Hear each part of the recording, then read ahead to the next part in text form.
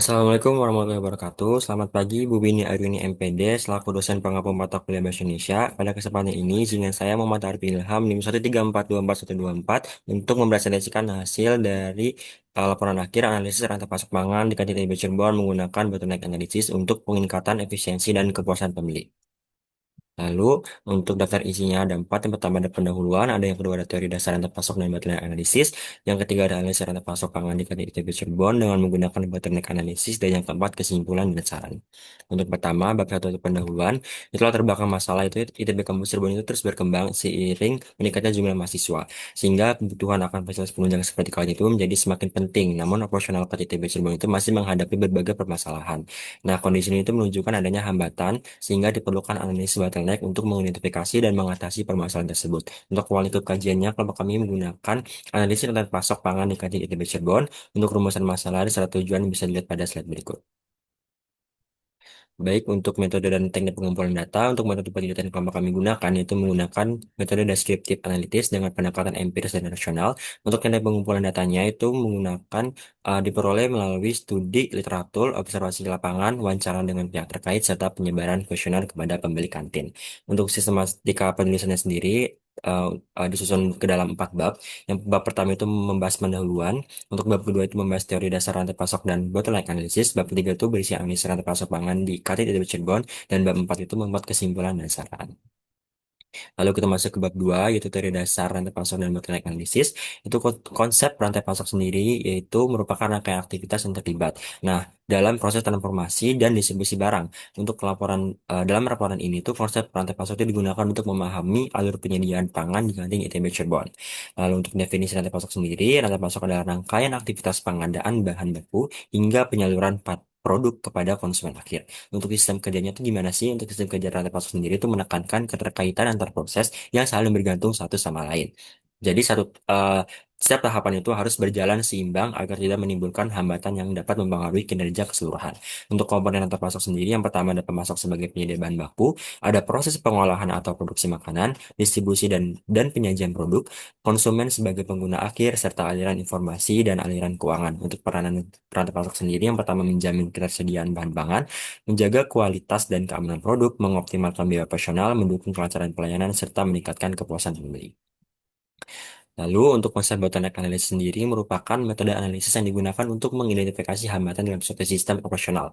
Nah, bottleneck terjadi itu ketika satu kerja atau proses memiliki kapasitas yang lebih rendah dibandingkan dengan permintaan. Untuk pengertian bottleneck analisis sendiri, yaitu adalah titik atau proses yang membatasi kapasitas sistem. Untuk cara kerja bottleneck analisis sendiri itu dilakukan dengan memetakan alur proses, mengamati waktu kerja setiap tahapan, dan juga untuk menentukan proses yang paling membatasi topus sistem gitu. Setelah titik bottleneck ini ditemukan, dilakukan analisis lanjutan untuk mengetahui penyebabnya sehingga dapat dirumuskan solusi perbaikan yang tepat. Untuk peranan sendiri, yang pertama ada mengidentifikasi titik hambatan operasional, yaitu meningkatkan efisiensi sistem produksi dan pelayanan, lalu mengurangi waktu tunggu konsumen dan mendukung peningkatan kinerja operasional. Untuk kelebihan serta kekurangan bisa dilihat pada slide berikut.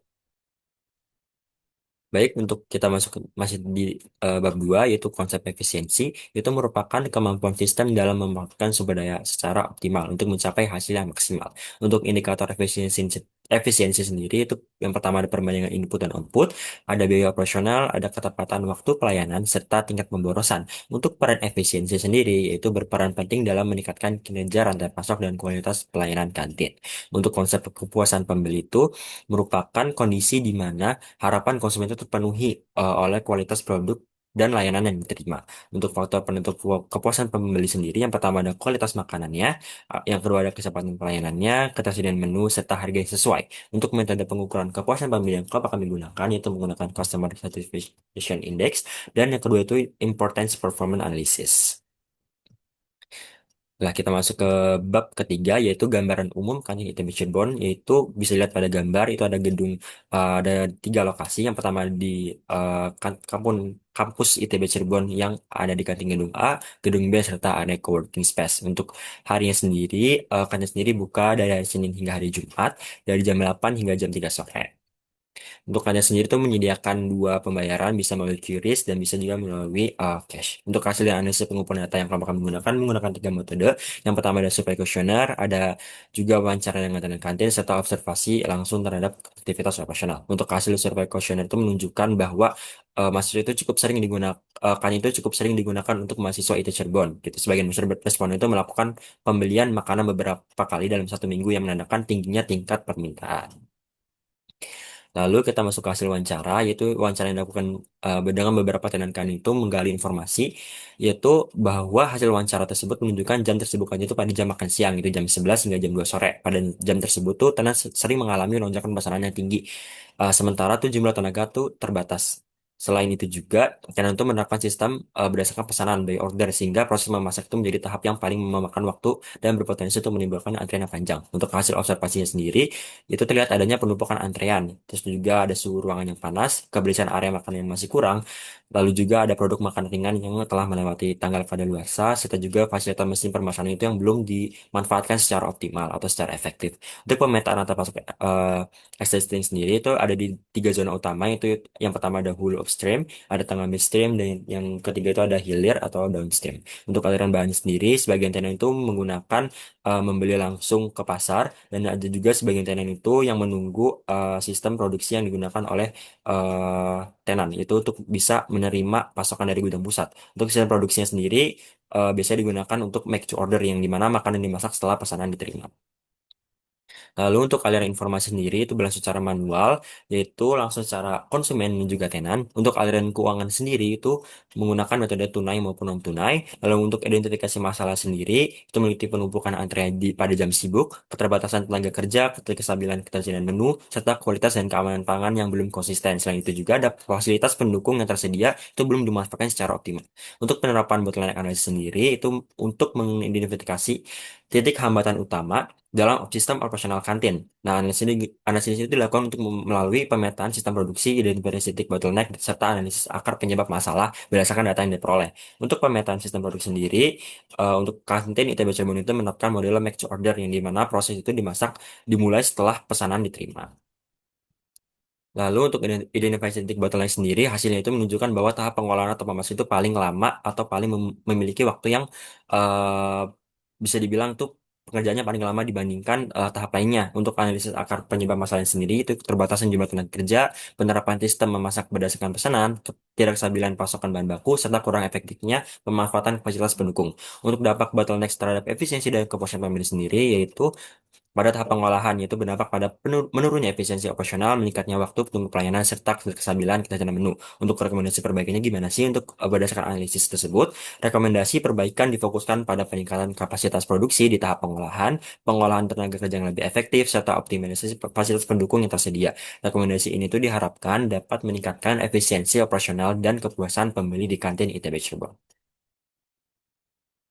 Baik, selanjutnya adalah bab 4, yaitu kesimpulan dan saran. Untuk kesimpulan sendiri, berdasarkan hasil analisis rantai pasok pangan di kantin ITB Cirebon dengan menggunakan bottleneck analisis, dapat disimpulkan bahwa operasional kantin masih menghadapi berbagai permasalahan yang mempengaruhi efisiensi pelayanan dan juga kepuasan pembeli. Permasalahan utama itu terletak pada tahap pengolahan atau memasak yang menjadi titik bottleneck dalam sistem operasional, sistem produksi yang masih menerapkan metode make to order dengan jumlah tenaga kerja yang terbatas, yang menyebabkan antrean panjang khususnya pada jam-jam sibuk. Selain itu juga ketidakstabilan ketersediaan menu, kualitas dan keamanan pangan yang belum konsisten, serta kurang optimalnya pemanfaatan fasilitas pendukung turut memperburuk kinerja rantai pasok pangan di kantin ITB Cirebon. Untuk saran sendiri, yang pertama adalah meningkatkan kapasitas produksi pada tahap pengolahan untuk mengurangi waktu tunggu pelayanan. Yang kedua, mengatur pembagian tenaga kerja secara lebih efektif, terutama pada jam sibuk. Yang ketiga, mengoptimalkan pemanfaatan fasilitas pendukung seperti mesin pemesanan mandiri. Lalu ada yang keempat adalah meningkatkan pengawasan terhadap kualitas dan keamanan pangan. Dan yang terakhir adalah melakukan pengelolaan rantai pasok bahan baku secara lebih terencana agar ketersediaan menu itu tetap terjaga. Oke. Baik, untuk daftar pusaka yang kami gunakan bisa dilihat pada slide berikut. Dan juga saya lampirkan link kuesioner yang kami gunakan, hasil kuesioner yang kami gunakan, dan dokumentasi kegiatan di ketiga tempat kantin ITB Cirebon.